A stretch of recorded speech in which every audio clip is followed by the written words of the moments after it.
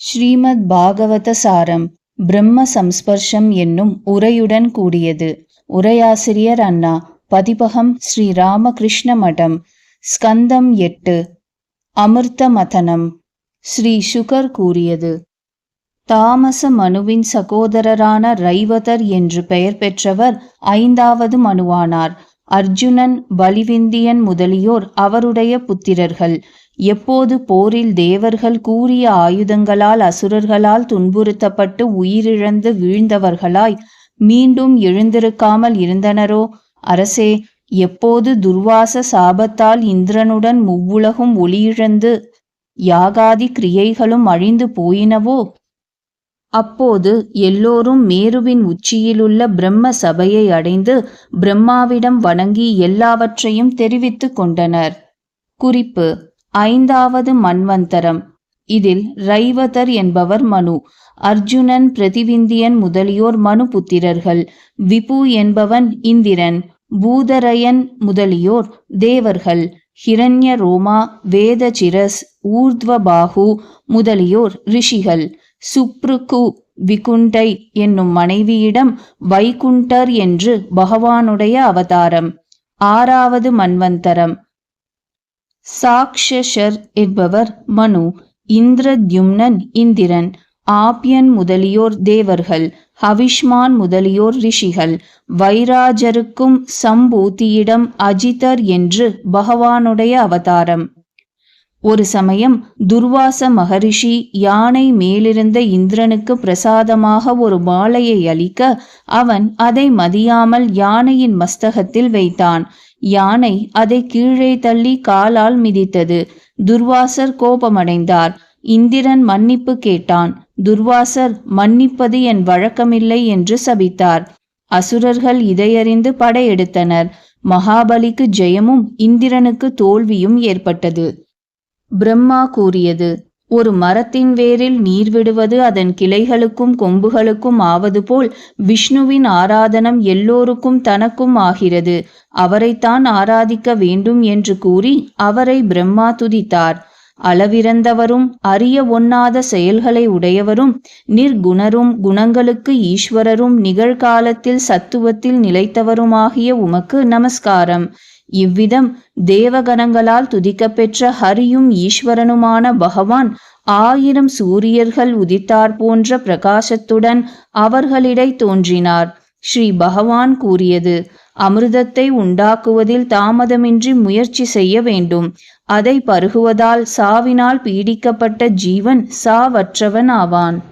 தேவர்களே, எல்லாவிதமான புல் பூண்டு செடி கொடிகளையும் பார்க்கடலில் போட்டு மந்திர மலையை மத்தாகவும் வாசுகி எனும் நாகத்தை கயிறாகவும் கொண்டு சோம்பலை விட்டு என் உதவியுடன் கடையுங்கள். அசுரர்கள் கிளேசத்தை அடைவார்கள், நீங்கள் பயனை அடைய போகிறீர்கள். தேவர்களே, அசுரர்கள் எதை விரும்புகிறார்களோ அதை ஒப்புக்கொள்ளுங்கள். சமாதானத்தால் எங்கனம் எல்லா பொருள்களும் சித்திக்குமோ அங்கனம் கலவரத்தால் சித்திக்க மாட்டா. சமுத்திரத்தினின்று தோன்ற போகும் கால கூட்ட விஷத்திற்கு பயப்படக்கூடாது. அதில் தோன்றும் மற்ற வஸ்துக்களிடம் ஒருபோதும் லோபமோ கோபமோ காமமோ உங்களுக்கு உண்டாக கூடாது. ஸ்ரீ சுகர் கூறியது: ராஜன்னு, இஷ்டப்படி செல்லும் ஈஸ்வரனும் புருஷோத்தமனுமான பகவான் தேவர்களுக்கு இங்கனம் கட்டளையிட்டுவிட்டு அவர்களிடையிருந்து மறைந்தார். எதிரிகளை எரிப்பவனே, பின்னர் தேவர்களும் அசுரர்களும் சிநேகம் செய்து கொண்டு ஒப்பந்தமும் செய்து கொண்டு அமிர்தத்திற்காக சிறந்த முயற்சியை செய்தனர். குரு சிரேஷ்டனே, அவர்கள் அமிர்தமாகிய பயனில் பங்களிப்பதாய் கூறி நாகராஜனை இணங்கச் செய்து அவனை மந்திர மலையில் கயிறாக சுற்றி மகிழ்ச்சியுடனும் நன்முயற்சியுடனும் அமிர்தத்திற்காக கடைய ஆரம்பித்தனர். ஹரியானவர் முதலில் வாசுகியின் முன்பக்கம் பிடிக்க தேவர்களும் தொடர்ந்து அவ்வாறே செய்தனர். புருஷோத்தமனுடைய அச்செயலை அசுர தலைவர்கள் விரும்பவில்லை. பாம்பின் இழிவான அங்கமாகிய வாளை நாங்கள் பிடிக்க மாட்டோம் என்றனர். நாங்கள் அத்தியனத்தாலும் கேள்வியாலும் சிறந்தவர்கள், பிறவி செயல் இவற்றால் புகழ் பெற்றவர்கள் என்று இங்கனம் கூறி பேசாமல் நின்ற அசுரர்களை பார்த்து புருஷோத்தமர் சிரித்து கொண்டு தலையை விட்டுவிட்டு தேவர்களுடன் வாளை பிடித்தார். இவ்விதம் கஷ்யப நந்தனர்களாகிய தேவர்களும் அசுரர்களும் இடத்தை பங்கு போட்டுக்கொண்டு அமிர்தத்திற்காக பார்க்கடலை மிகுந்த பரபரப்புடன் கடைந்தார்கள். பாண்டு நந்தனரே, கடல் கடையப்படும் போது ஆதாரமற்ற அந்த மலை பலவான்களால் பிடிக்கப்பட்டிருந்த போதிலும் கனத்தினால் நீரில் மூழ்கி போயிற்று. அப்போது அவர்கள் விதியின் வலிமையால் தங்கள் பராக்கிரமம் வீணாய் போனது பற்றி மிக்க வெறுப்படைந்தவர்களாகவும் முகம் வாடி பொலிவற்றவர்களாகவும் ஆயினர். விக்னேஷனால் ஏற்பட்ட விதியை கண்டு வீரியமும் வீண் போகாத சங்கல்பமும் உடைய பகவான் அப்போது ஆச்சரியமான பெரிய ஆமை வடிவு கொண்டு நீரில் மூழ்கி மலையை மேலே தூக்கினார். அக்குல பர்வதம் மேலே கிளம்பியதைக் கண்டு தேவர்களும் அசுரர்களும் மீண்டும் கடைய ஆயத்தம் ஆயினர். லக்ஷ யோஜனை பரந்த பெரியதொரு துவீபம் போன்று விளங்கிய பகவான் தன் முதுகில் மலையை தாங்கினார். பிரியனே, தேவாசுர சிரேஷ்டர்களின் தோல் வலியால் ஆட்டப்பெற்று சுழலும் மலையை முதுகில் சுமக்கின்றவரும் அறிய ஒண்ணாதவரும் ஆதி கஷ்யபருமாகிய பகவான் அம்மலை சுழலுவதை தனது அங்கத்திற்கு சொரிந்து கொடுப்பதாக கருதினார். மேலும் விஷ்ணுவானவர் அசுர வடிவில் அசுரர்களிடமிருந்து கொண்டு அவர்கள் பலத்தையும் வீரியத்தையும் வளரச் செய்து கொண்டும் அவ்வாறே தேவ வடிவில் தேவ கணங்களையும் பிரகாசிக்கச் செய்து கொண்டும் உணராமை என்னும் வடிவில் வாசுகியிடம் புகுந்து நிற்கலானார். மந்தர மலைமேல் மற்றொரு மலை போல் இருந்து கொண்டு அதை கையால் அழுத்தி பிடிப்பவராகவும் 1000 கைகளுடைய பகவான் இருந்தார். அப்போது ஆகாயத்தில் தோன்றி துதிக்கும் பிரம்மா, சிவன், இந்திரன் முதலியவர்களால் பெய்ய பெற்ற புஷ்ப மாரியுடன் விளங்கினார். மேலும் கீழும் தங்களிடமும் மலையிலும் கயிற்றிலும் புகுந்து நின்ற பரம புருஷனால் விருத்தி செய்விக்கப்பட்ட அவர்கள் மதோன்மத்தர்களாய் பெரிய மலையினால் முதலை கூட்டங்கள் சிதறடிக்கப்பட்ட கடலை கடைந்தார்கள்.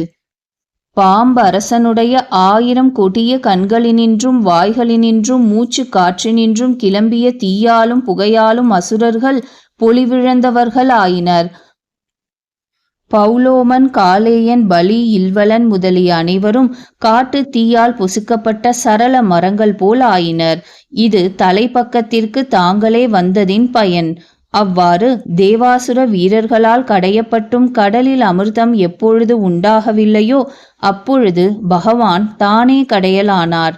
மீன், மகரம், பாம்பு, ஆமை, திமி, நீர் யானை, திமிங்கிலம் முதலியவை பயந்து மேற்கிளம்பவும் கலங்கவும் கடையப்பட்ட சமுத்திரத்திலிருந்து மிக கொடிய ஹாலாஹலம் எனும் விஷம் முதலில் உண்டாயிற்று.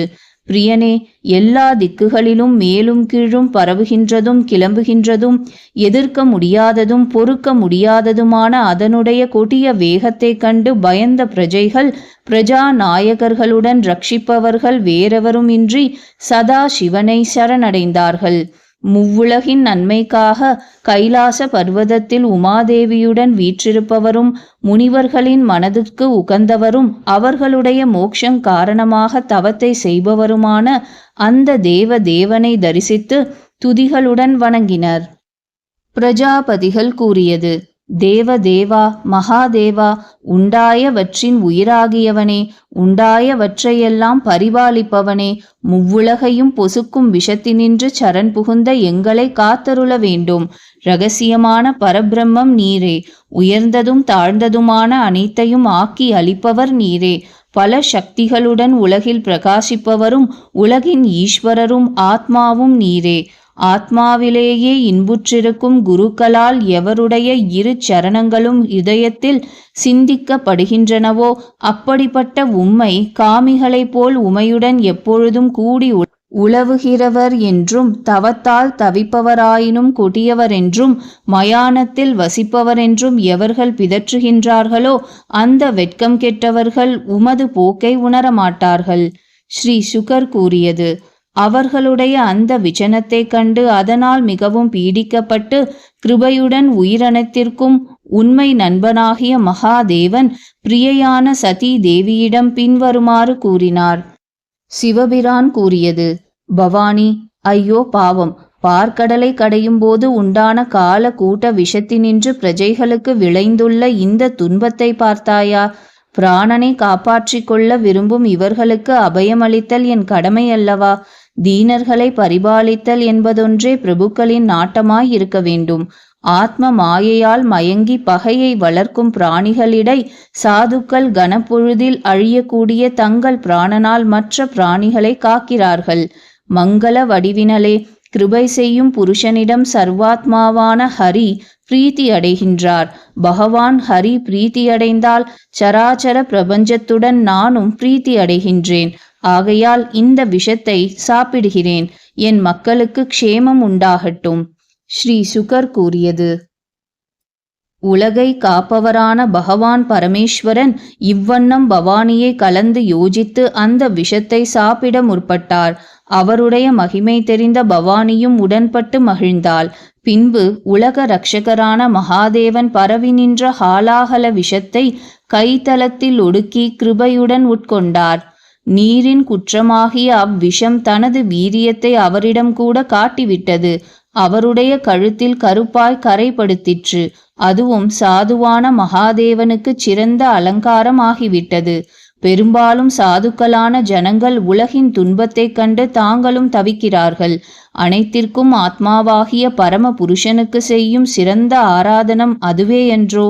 உலகை இன்புறச் செய்பவனும் தேவதேவனுமான சம்புவின் அந்த காரியத்தை கேட்டு எல்லா மக்களும் தாக்ஷாயணி தேவியும் பிரம்மாவும் வைகுண்டநாதனும் புகழ்ந்தார்கள். குறிப்பு: பசுபதியே, நீர் செய்த பரம உபகாரமான இது ஒன்று போதாதா?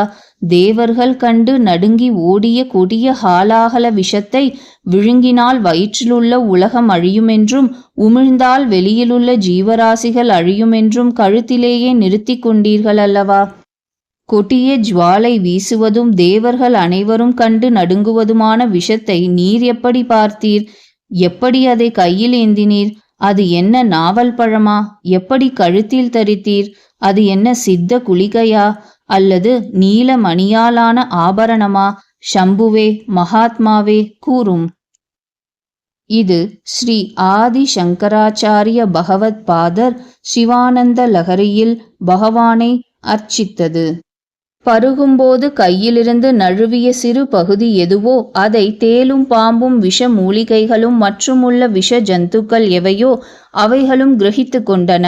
பரமசிவனால் விஷம் பருகப்பட்ட பின் தேவர்களும் அசுரர்களும் பிரீத்தி அடைந்தவர்களாய் மீண்டும் பரபரப்புடன் கடலை கடைந்தார்கள். அப்போது காமதேனு உண்டாயிற்று. பின் சந்திரன் போல் வெண்மையானதும் உச்சை ஸ்ரவஸ் என்று பெயர் பெற்றதுமான குதிரை உண்டாயிற்று. பிறகு ஐராவதம் என பெயர் கொண்ட யானை அரசு வெளிப்பட்டது. தாமரை போல் சிவந்த கௌஸ்துபம் என்னும் இரத்தினம் பெருங்கடலினின்று உண்டாயிற்று. பின்னர் தேவலோகத்திற்கு அணியாய் விளங்கும் பாரிஜாதம் தோன்றிற்று. அதன்பின் காசு மாலை அணிந்தவர்களும் அழகிய ஆடை உடுத்தவர்களுமான அப்சர ஸ்திரீகள் உண்டானார்கள். பின்பு பகவானிடமே மனம் வைத்த ரமா தேவியான செல்வ நாயகி எல்லோரும் காணும்படி தோன்றினாள். கந்தர்வர், யக்ஷர், அசுரர், சித்தர், சாரணர், தேவர் முதலிய வர்க்கங்களில் ஆராய்ந்தும் குற்றமற்றதாய் நிலைத்து நிற்பதாய் முறை பிறழாத நற்குணத்தின் நிலையமாய் தான் உகந்து வகிக்கத்தக்கதான இடத்தை தனக்குரிய நாயகனை அடைந்தால் இல்லை. நிச்சயமாய் எவருக்கு தவம் இருக்கிறதோ அங்கு கோபம் ஜெயிக்கப்படவில்லை. ஓரிடத்தில் ஞானம் இருக்கின்றது, ஆனால் அது பற்றற்றதாயில்லை. ஒருவர் பெருமை வாய்ந்தவராயிருக்கின்றார், ஆனால் அவரிடம் காம ஜெயம் இல்லை. ஒருவன் ஈஸ்வரன் எனப்படுகிறான், ஆனால் பிறரை ஆசிரயிக்கும் ஒருவன் ஈஸ்வரனாவது எங்கனம்? ஓரிடத்தில் தர்மம் இருக்கிறது, ஆனால் அங்கு பிராணிகளிடம் கருணை இல்லை. ஓரிடத்தில் தியாகம் இருக்கின்றது, ஆனால் முக்திக்கு பயன்படவில்லை. ஒரு புருஷனுக்கு வீரியம் இருக்கின்றது, ஆனால் அது கால வேகத்தால் அழிவுபடாததாய் இல்லை. குணங்களில் பற்றை ஒழித்து நிர்மலமான ஒருவர் இருக்கலாம், ஆனால் அவர் என்னுடன் இரண்டாக இணைய மாட்டார். சிலரிடத்தில் நீண்ட ஆயுள் உள்ளது, ஆனால் ஸ்திரீகளுக்கு பிடிக்கும் சீலமோ மங்களமோ இல்லை. சிலரிடத்தில் அது இருக்கலாம், ஆனால் அவர்களில் ஆயுள் நிலையறிய கூடியதாயில்லை. இவ்விரண்டும் எங்கு அதிசயமாய் சேர்ந்துள்ளதோ அவர் அமங்கல வடிவினராய் இருக்கிறார். சுமங்கலமான ஒரே ஒருவர் இருக்கிறார். அவர் எதையும் வேண்டாதவர், என்னையும் வேண்டவில்லை. இவ்விதம் ஆராய்ந்து லக்ஷ்மி தேவி மாறுபடாத நற்குணங்களில் சிறந்தவரும், தனக்குத்தானே ஆசிரயமாகியவரும், பிரகிருதி குணங்களுக்கு எட்டாதவரும், அனிமாதி ஐஸ்வர்ய குணங்களால் சேவிக்க பெற்றவரும், எதிலும் அபேட்சை இல்லாதவரும் ஆகிய முகுந்தனை தனக்கு பிடித்தவராகவும் சிறந்தவராகவும் வரித்தாள். முவ்வுலகிற்கும் பிதாவாகிய பகவான், லோக மாதாவும் ஐஸ்வர்யங்களின் உறைவிடமும் ஆகிய அந்த ஸ்ரீதேவிக்கு தனது மார்பை வாசஸ்தானமாய் அளித்தார். ஸ்ரீதேவியானவள் அங்கிருந்து கொண்டு தனது பிரஜைகளையும் பிரஜா பாலகர்களையும் முவ்வுலகங்களையும் கருணை நிறைந்த பார்வையால் வளரும்படி செய்தாள். ஸ்ரீதேவியால் கட்டாட்சிக்க பெற்ற பிரஜைகளும் பிரஜா பாலகர்களும் தேவர்களும் சீலம் முதலிய லட்சணங்கள் பொருந்தியவர்களாய் பரமானந்தம் எய்தினர். ராஜன்னு, தைத்தியர்களும் தானவர்களும் லக்ஷ்மியால் எப்பொழுது உபேட்சிக்கப்பட்டார்களோ அப்பொழுது வழி இழந்தவர்களாகவும், சஞ்சல புத்தியுள்ளவர்களாகவும், முயற்சி அற்றவர்களாகவும், வெட்கமற்றவர்களாகவும் ஆயினர். பின்னர் பார்க்கடலினின்று கமலம் போன்ற கண்களையுடைய கன்னிகையாகிய வாருணி, அதாவது மதியை மயக்கும் மது தேவி தோன்றினாள். அவளை ஹரியின் அனுமதியுடன் அசுரர்கள் கிரகித்து கொண்டனர். மகாராஜனே, அமிர்தத்திற்காக மேலும் கஷ்யப குமாரர்களால் பார்க்கடல் கடையப்பட்ட போது அதிலிருந்து பரமாச்சரிய வடிவுடன் ஒரு புருஷன் தோன்றினான். அப்புருஷன் பகவான் மகாவிஷ்ணுவின் அம்ச பாகமாய் தோன்றியவன். யக்ஞ பாகமும் ஆயுர்வேத ஞானமும் படைத்து தன்வந்திரி என்ற பெயர் பெற்றவன். அந்த தன்வந்திரி தேவனையும் அமிர்தம் நிறைந்த கலசத்தையும் அசுரர்கள் அனைவரும் கண்ணுற்று எல்லா வஸ்துக்களையும் கவர ஆவல் கொண்டவர்களாய் விரைவில் கலசத்தை அபகரித்து கொண்டனர். அமிர்தம் கொண்ட அந்த கலசம் அசுரர்களால் கவர்ந்து செல்லப்பட்ட போது மனமுடைந்த தேவர்கள் ஹரியை சரணடைந்தனர். அடியார்களின் ஆசையை பூர்த்தி செய்விக்கும் பகவான் அவர்களுடைய பரிதாபத்தை நோக்கி, அமிர்தத்தை கருதி வருத்தப்படாதீர்கள், எனது மாயையால் உங்களுக்கு அதை கூட்டி வைக்கிறேன் என்று கூறி தேவர்களை தேற்றி அங்கேயே மறைந்தார். ராஜன்னு, அப்போது அமிர்தத்திற்காக பேராவல் கொண்ட அசுரர்களிடை கலகம் ஏற்பட்டது. நான் தான் முதல் நீ இல்லை என்று அவர்களுக்குள் கூவிக்கொண்டனர். இதற்கிடையில் உபாயமெல்லாம் அறிந்த சர்வேஸ்வரனான விஷ்ணு விளக்குதற்கரிய அத்யத்புதமான ஸ்திரீ ரூபத்தை எடுத்துக்கொண்டார். அவ்வடிவம் நீலோத்பல சியாமல வர்ணமுடையதாய், எல்லா அவயவங்களும் அதி சுந்தரமாய் கண்ணை கவருவதாய் இருந்தது. வெட்கத்துடன் குழைந்த புன்முறுவலும் புருவ நெளிப்பும் கூடிய அழகிய கண்வீச்சால் அசுர தலைவர்களின் சித்தத்தில் மேன்மேலும் காம தீயை வளர்ப்பதாக அது அமைந்தது. இவளுடைய ரூபமும் ஆச்சரியம், காந்தியும் ஆச்சரியம், நவ யௌவனமும் ஆச்சரியம் என்று கூறிக்கொண்டு அவர்கள் காம நோயால் வருந்தி அவளை தொடர்ந்து பின்வருமாறு கேட்டனர். தாமரை இதழ் போன்ற கண் படைத்தவளே, நீ யார்? எங்கிருந்து வருகிறாய்? என்ன செய்ய விரும்புகிறாய்? நீ யாருடையவள்? கூறுவாய் அழகிய முகமுடையவளே, எங்கள் மனதை கலக்க வந்தவள் போல் காண்கின்றாய். அழகிய இடையுள்ளவளே, உயர்ந்த மனம் படைத்தவளே, இவ்வளவு மகிமை வாய்ந்த நீ ஒரே வஸ்துவில் பேராவல் கொண்டவர்களும் அதனால் விரோதம் கொண்டவர்களும் தாயாதிகளுமாகிய எங்களுக்கு நல்ல முறையில் பாகம் செய்விக்க வேண்டும். நாங்கள் காஷ்யபரிடம் தோன்றிய தாயாதிகள், பௌருஷம் ஓங்கி நிற்கும் சகோதரர்கள். எங்களிடம் வேற்றுமை வளராமல் இருக்கும் வண்ணம் நியாயமாக பங்கிட வேண்டும். ஸ்ரீ பகவான் கூறியது. கஷ்யப புத்திரர்களே, ஆண்கள் விஷயத்தில் ஸ்திர புத்தியற்ற என்னிடம் நீங்கள் எங்கனம் பற்று கொண்டீர்கள்? அறிவாளிகள் ஒருபோதும் காமினிகளிடம் நம்பிக்கை வைக்க மாட்டார்களே. ஸ்ரீ சுகர் கூறியது. இங்கனம் அவளுடைய கர்வம் கொண்ட சொற்களால் சமாதானமடைந்த மனத்தினரான அவ்வசுரர்கள் ஏதோ அபிப்பிராயத்தை காட்டுவது போல் கம்பீரமாகச் சிரித்தார்கள். அமிர்த கலசத்தையும் கொடுத்தார்கள். அதன்மேல் அமிர்த பாத்திரத்தை வாங்கி கொண்டு மோகினியான ஹரியானவர் புன்சிரிப்பால் அழகிய வார்த்தைகளால், அசுரர்களே, நான் செய்வது எதுவாயினும் நல்லதோ கெட்டதோ நீங்கள் ஒப்புக்கொள்வதானால் இந்த அமிர்தத்தை பங்கிடுகிறேன் என்று கூறினார். இவ்வாறு அந்த மோகினியால் கூறப்பெற்றதை அசுர சிரேஷ்டர்கள் கேட்டு இன்னது செய்வதென்று அறியாமல் அவளிடம், நீ சொன்னது எதுவோ அது அப்படியே என்று ஒப்புக்கொண்டார்கள். பிறவியிலேயே கொடியவர்களான அசுரர்களுக்கு அமிர்தத்தை கொடுப்பது பாம்புகளுக்கு பால் வார்ப்பது போல் அநியாயம் ஆகுமென்று எண்ணி அச்சுதர் அவர்களுக்கு பகிர்ந்து கொடுக்கவில்லை. ஜெகந்நாதர் இரு கட்சியினருக்கும் தனித்தனி வரிசை ஏற்படுத்தி அவரவர் வரிசையில் அவர்களை உட்கார வைத்தார். கையில் கலசத்தை ஏந்திய அவர் அசுரர்களை உபசார வார்த்தைகளால் வஞ்சித்து எட்டி இருந்தவர்களுக்கு, அதாவது தேவர்களுக்கு, மூப்பையும் மரணத்தையும் தவிர்க்கும் அமிர்தத்தை பானம் செய்வித்தார். ராஜன்னு, அசுரர்கள் தாங்கள் செய்து கொண்ட ஒப்பந்தத்தை காப்பாற்றுபவர்களாய் ஸ்திரீயிடம் வைத்த சிநேகத்தால் சச்சரவு செய்ய விரும்பாமல் மௌனமாயிருந்தனர். அவளிடம் அன்பின் மிகுதியாலும் அன்பு அழிவுறுமோ என்ற அச்சத்தாலும் மரியாதைக்கு கட்டுப்பட்டும் பிரியமில்லாத வார்த்தை சிறிதும் பேசவில்லை. இங்கனம் தேவகணங்களும் அசுரகணங்களும் இடம், காலம், ஏவல், பொருள், செயல், அறிவு எல்லாவற்றிலும் சமமானவர்களாய் இருந்தும் பயனில் வேறுபட்டனர். பகவானுடைய பாத தூளியை ஆசிரயித்ததால் தேவர்கள் ஆங்கு அமுதத்தை பயனாக விரைவில் அடைந்தனர். அசுரர்கள் அடையவில்லை. உயிர், உடைமை, செயல், மனம், சொல் இவற்றால் உடலிலும் மக்களிடத்தும் பிறவிடத்தும் மனிதர்களால் எந்த கூட்டுறவு செய்யப்படுகிறதோ அது வேற்றுமையால் வீணாகிறது. அவற்றாலேயே எது பகவானிடம் வேரில் நீர் வார்ப்பது போல் வேற்றுமையின்றி செய்யப்படுகிறதோ அது அனைத்திற்கும் ஆகிறது. ராஜன்னு, இங்கனம் தானவர்களும் தைத்தியர்களும் செயலில் கூடியவர்களாயினும் முயற்சியில் ஈடுபட்டவர்களாயினும் வாசுதேவரிடம் நோக்கமின்மையால் அமுதத்தை அடையவில்லை. ராஜன்னு, தன்னிடம் மனம் வைத்த தேவர்களுக்கு அமுதத்தை தேடித்தந்தும் பானம் செய்வித்தும் எல்லோரும் பார்த்து கொண்டிருக்கும் பொழுது கருட வாகனரான பகவான் சென்று விட்டார். திதி தேவியின் புத்திரர்களான அசுரர்கள் தங்கள் சத்ருக்களின் செழிப்பை கண்டு பொறாமையால் ஆயுத பாணிகளாய் தேவர்களை எதிர்த்தார்கள். அங்கு அவ்வெதிரிகள் யுத்தத்தில் ஆவேசம் கொண்டு கை கலந்து பானங்களாலும் ஆயுதங்களாலும் அடித்து கொண்டனர். இங்கனம் எதிர்த்து யுத்தம் செய்தவர்களை வாயு, அக்னி, வருணன் முதலிய தேவர்களும் மிருகங்களை சிங்கம் எதிர்த்தாற்போல் அஸ்திர கூட்டங்களால் இம்சித்தனர். ராஜன்னு, பிரம்மாவால் தேவர்களிடம் அனுப்பப்பட்ட தேவரிஷியான நாரதர் அசுரர்களின் அழிவை கண்ணுற்று தேவர்களை போரினின்று தடுத்தார். தலையும் கழுத்தும் பிளவுண்டும் அங்கங்களுடன் எஞ்சியிருந்தவர்களை சஞ்சீவினி என்னும் தனது வித்யையால் சுக்ராச்சாரியர் பிழைப்பூட்டினார்.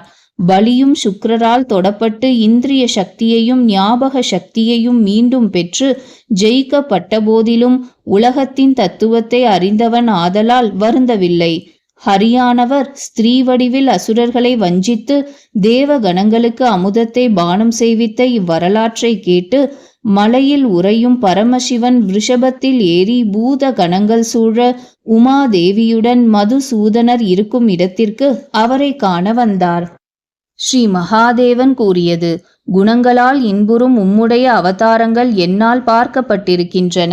அப்படிப்பட்ட நான் எந்த ஸ்திரீ வடிவம் உம்மால் ஏற்கப்பட்டதோ அதை காண விரும்புகிறேன்.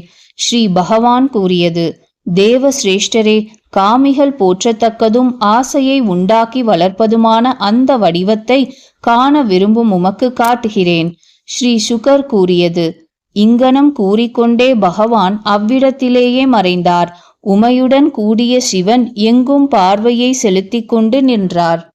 பின்னர் விசித்திரமான புஷ்பங்களும் சிவந்த தளிர்களும் நிறைந்த மரங்களுடன் கூடிய உபவனத்தில் இடுப்பில் மேகலையும் பட்டாடையும் பிரகாசிக்க பந்து விளையாடுவதில் கழிக்கும் ஒரு சிறந்த ஸ்திரீயை கண்டார்.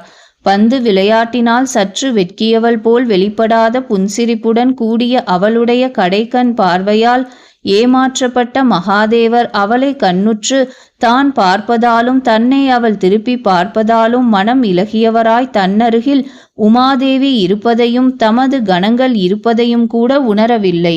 அவளால் அறிவை பறிகொடுத்தவரும் அவளிடம் காதலால் கலங்கியவருமாகிய அவர் பவானி பார்த்து கொண்டிருக்கையிலேயே வெட்கமில்லாமல் அந்த ஸ்திரீயின் அருகாமையை அடைந்தார். அவளும் அவர் அணுகுவதை பார்த்து மிகவும் வெட்கி புன்சிரிப்புடன் மரங்களிடை மறைந்து கொண்டு நிலை பெறாமல் நின்றார். பகவான் ருத்திரர் காம வசமடைந்து அவளை பெண் யானையை சிறந்த ஆண் யானை பின்தொடர்வது போல் இந்திரியம் நழுவ பின்தொடர்ந்தார். அவர் அந்த ஸ்திரீயை வெகுவேகமாய் அணுகி அவள் கூந்தலை பற்றி இழுத்து விருப்பமில்லாதவள் போன்ற அவளை கைகளால் தழுவினார். அரச சிரேஷ்டரே, வீரியம் நழுவிய பின் அவர் விஷ்ணு மாயையால் ஜடனை போல் தான் ஆக்கப்பட்டதை கண்டார். புத்தி கலக்கத்தினின்று மீண்டார். பிறகு அறியவொன்னா வீரியமுடையவரும் உலகின் ஆத்மாவுமாகிய விஷ்ணுவின் மாகாத்மியத்தை சிந்தித்து தன்னிடத்தில் நிகழ்ந்ததை அதிசயமாக கருதவில்லை. குறிப்பு: சாஸ்தா ஹரிஹர புத்திரன். ஹரியின் அழகும் ஹரனின் தவமும் ஒருங்கே அமைய பெற்றவர். அப்பைய தீட்சிதர் சாதுரியமாக சாஸ்தாவை வர்ணிக்கின்றார். கௌரியை அம்மா என்று கூப்பிடலாம், லக்ஷ்மியை என்னவென்று கூப்பிடுவது என்று அவர் யோசித்து கொண்டிருப்பதாய் கூறுகிறார். கலக்கமும் வெட்கமும் நீங்கிய சிவபிரானை நோக்கி மதுசூதனர் தனது புருஷ வடிவை எடுத்துக்கொண்டு மிகுந்த அன்புடன் பின்வருமாறு கூறினார். ஸ்ரீ பகவான் கூறியது: அறிவு திருந்தாதவர்களால் கடத்தற்கரியதும் அப்பப்போது புதிதான விருப்பங்களை உண்டாக்குவதும் ஆகிய எனது மாயையை உம்மை தவிர விஷயப்பற்று கொண்ட எந்த புருஷன்தான் கடந்து செல்வான்? கால ரூபியாகிய என்னுடன் கூடி காலத்தினால் குண விபாகமடைந்தவளும் குணமயமானவளுமாகிய இந்த மாயை உம்மை மீறமாட்டாள். ஸ்ரீ சுகர் கூறியது: ராஜன்னு, ஸ்ரீவத்சத்தை அடையாளமாய் கொண்ட பகவானால் இங்கனம் போற்றப்பட்ட பரமசிவன் அவரை வலம் வந்து விடை பெற்று கொண்டு தன் கணங்களுடன் தமது இருப்பிடம் சென்றார். பாரதா, ருத்ர பகவான் பரமபுருஷனுடைய அம்சமாய் அமைந்த அந்த மாயையை பற்றி ரிஷி சிரேஷ்டர்கள் கேட்டுக்கொண்டிருக்க பவானியிடம் அன்புடன் கூறலானார். பிறப்பற்றவனும் பரதெய்வமுமாகிய பரம புருஷனுடைய மாயையை நீ பார்த்தாயா? சித்திகளில் வல்லவனான நானே அம்மாயையால் என்னையும் அறியாமல் மயங்கினேன் அல்லவா? சுதந்திரமற்ற பிறரை பற்றி கேட்கவும் வேண்டுமா? கெட்டவர்களுக்கு எட்டாததும் அன்புடன் நாடுவோருக்கு எட்டுவதுமான தமது திருவடியை சரணடைந்த தேவ சிரேஷ்டர்களுக்கு எவர் கடலை கடைந்தெடுத்து அமுதத்தை ஊட்டுவித்தாரோ, தேவ சத்ருக்களை கபடமான ஸ்திரீ வேஷத்தால் மயக்கினாரோ, எவர் தம்மை அணுகியவருக்கு ஆசைகளையெல்லாம் பூர்த்தி செய்விப்பவரோ அவரை நான் தலை வணங்குகிறேன். குறிப்பு: இந்த முக்குண வடிவான என் மாயை தெய்வ சக்தி வாய்ந்தது, தாண்டுதற்கு அரியது. எவர்கள் என்னையே சரணடைகிறார்களோ அவர்கள் இந்த மாயையை தாண்டுகிறார்கள். இது கீதாச்சாரியன் வாக்கு. இங்கனம் பரமஹம்சரான வியாச புத்திரர் உபதேசித்ததும் 18,000 ஸ்லோகங்கள் அடங்கியதும் ஹயக்ரீவ பிரம்ம வித்யை எனப்படுவதுமான ஸ்ரீமத் பாகவத மகாபுராணத்தில் 8வது ஸ்கந்தத்தில் சங்கர மோகனம் என்னும் 12வது அத்தியாயம் முற்றும். அமிர்த மதன கதை முற்றும்.